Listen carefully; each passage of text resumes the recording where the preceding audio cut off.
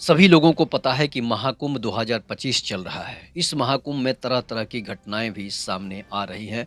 हम बात कर रहे हैं एक ऐसे अधिकारी की बेटी के साथ जो इस तरह से जो हरकत हुई है, जो घिनौनी हरकत हुई है, उसी को जो है हम आपके सामने रख रहे हैं। कर्नाटक की कर्नाटक से चलकर एक अधिकारी की बेटी, एक बहुत बड़े अधिकारी की बेटी जो है सोनम कुमारी जो है अपने माँ और जो है अपनी बहन के साथ कुंभ नहाने के लिए प्रयागराज निकलती है।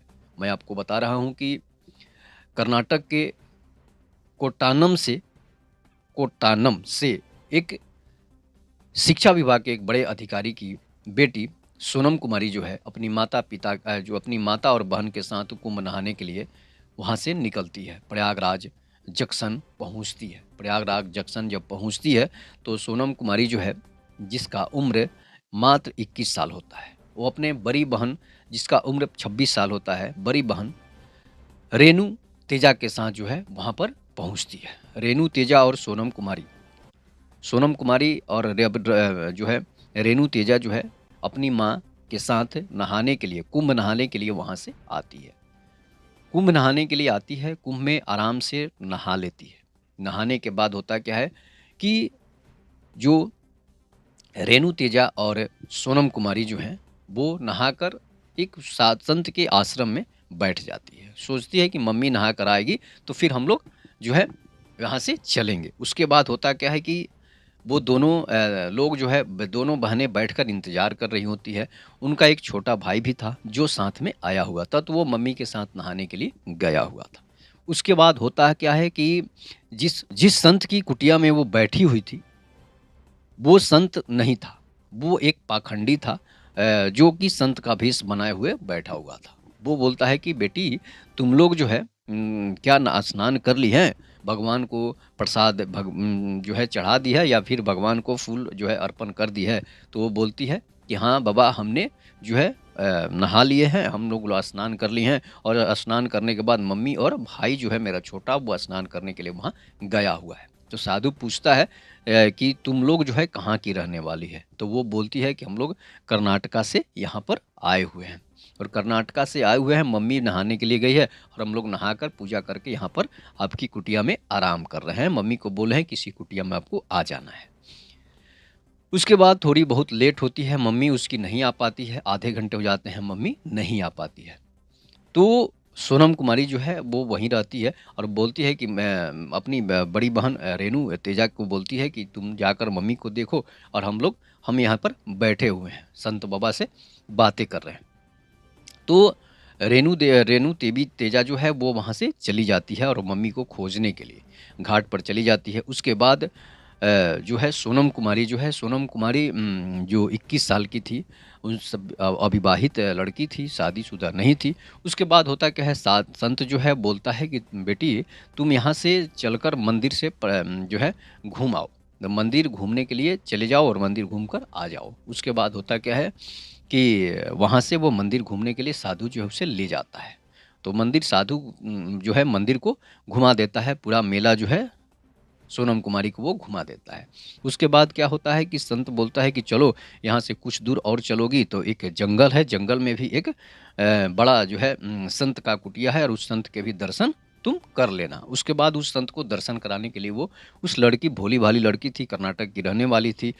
बिहार, यूपी की लड़कियाँ जैसी नहीं थी, उनका दिमाग जो है तो पता ही है आपको कि साउथ के लोग काफ़ी सरल और सीधे होते हैं, शांत से स्वभाव से शांत होते हैं। तो इस तरह से वो उन साधु की बातों में पड़ जाती है और वो साधु नहीं था, वो एक पाखंडी साधु था। उसके बाद क्या होता है कि वो उसे लेकर वहाँ से जंगल में चला जाता है और जंगल में जब पहुँचता है तो देखती है कि भाई यहाँ पर तो ना मंदिर है, ना कोई संत का कुटिया है। जंगल में सिर्फ़ और जो है जंगल ही जंगल है, साधु ले कहाँ जा रहा है। उसके बाद साधु उसे एक ऐसी जगह पर ले जाता है जो सुनसान इलाका होता है, जहाँ पर कोई नहीं होता है, जहाँ पर एक छोटा-सा खंडहर की तरह पड़ा हुआ था। लगता था कि वो किसी की जो है आदिवासियों की या फिर जंगली जानवरों के या फिर रहने के लिए जो है जंगली लोगों के लिए घर जैसा था। उसके बाद वो वहाँ से जंगल में उसे ले जाता है और उस साधु की गलत नज़र जो है वो सोनम कुमारी पर था। इसलिए जो है वो क्या करता है, वो उससे पूछता है कि तुम्हारे पिता क्या करते हैं? वो बोलती है कि मेरे पिता शिक्षा विभाग के एक बड़े अधिकारी हैं जो कर्नाटक में ही जॉब करते हैं।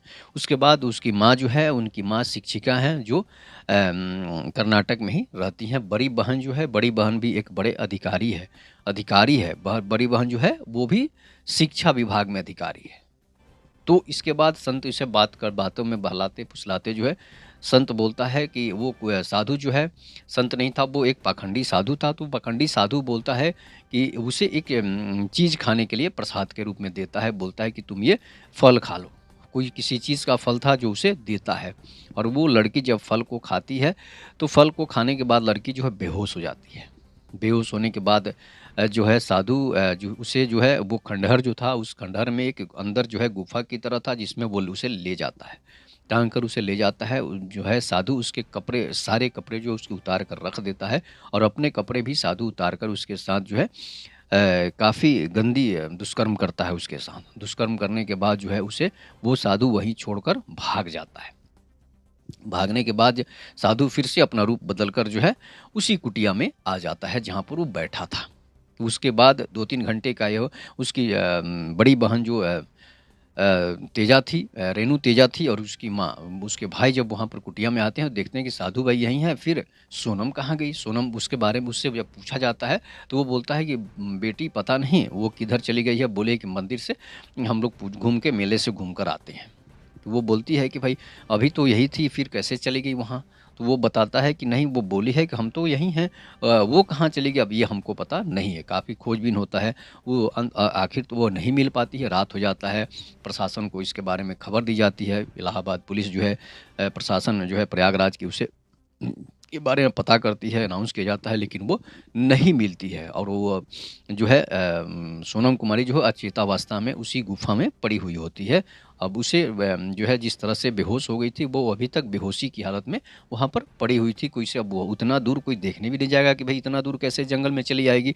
उसके बाद उस संत को जब पकड़ा जाता है, संत को लाठी डंडों से जब पिटाई होती है, लात घूँसों की जब पिटाई होती है, तो वो संत बताता है कि यहाँ पर जो है हमने उसे यहाँ पर देखा है। तो वहाँ पर वो ले जाता है जंगल में, उस कुटिया के उस खंडहर के पास भी ले जाता है, फिर उस गुफ़े में वो सभी लोगों को ले जाता है तो देखता है कि सोनम कुमारी के तन पर कपड़े नहीं हैं, वस्त्र नहीं है और वो चेतावस्था में अभी तक पड़ी हुई है। तब तक 10-11 रात बज जाता है, जब पुलिस की फिर से पिटाई होती है, लात घूँसों की जब बरसात होती है, तो वो बोलता है कि इसके साथ हमने ये दुष्कर्म कर दिया है, इसके साथ हमने गलत काम कर दिया है। उसके बाद उसे पुलिस अरेस्ट कर लेती है। अरेस्ट करने के बाद पुलिस उसे लात घूँसों की काफ़ी पिटाई होती है और सोनम कुमारी को हॉस्पिटल ले जाया जाता है। हॉस्पिटल में उसे दवा दी जाती है। उसके बाद जब उसे होश आता है, तो वो सारी बातें जो है बताती है।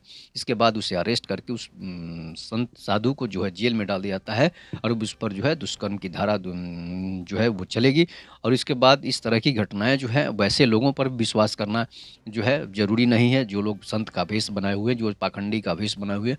इसलिए कि जहाँ पर संत हैं वहाँ पर ज़रूर है कि रावण और मारीच और सुबाहु जैसे लोग भी घूम रहे हैं अपना भेष बदलकर, बहुरूपिये बनकर। इसलिए ऐसे लोगों से सावधान रहने की ज़रूरत है, किसी भी लोगों पर विश्वास करने की ज़रूरत नहीं है। तो ये कहानी आपको कैसी लगी, इस पर प्रतिक्रिया ज़रूर दीजिएगा। तब तक के नमस्कार। जय हिंद, जय भारत, जय श्री राम।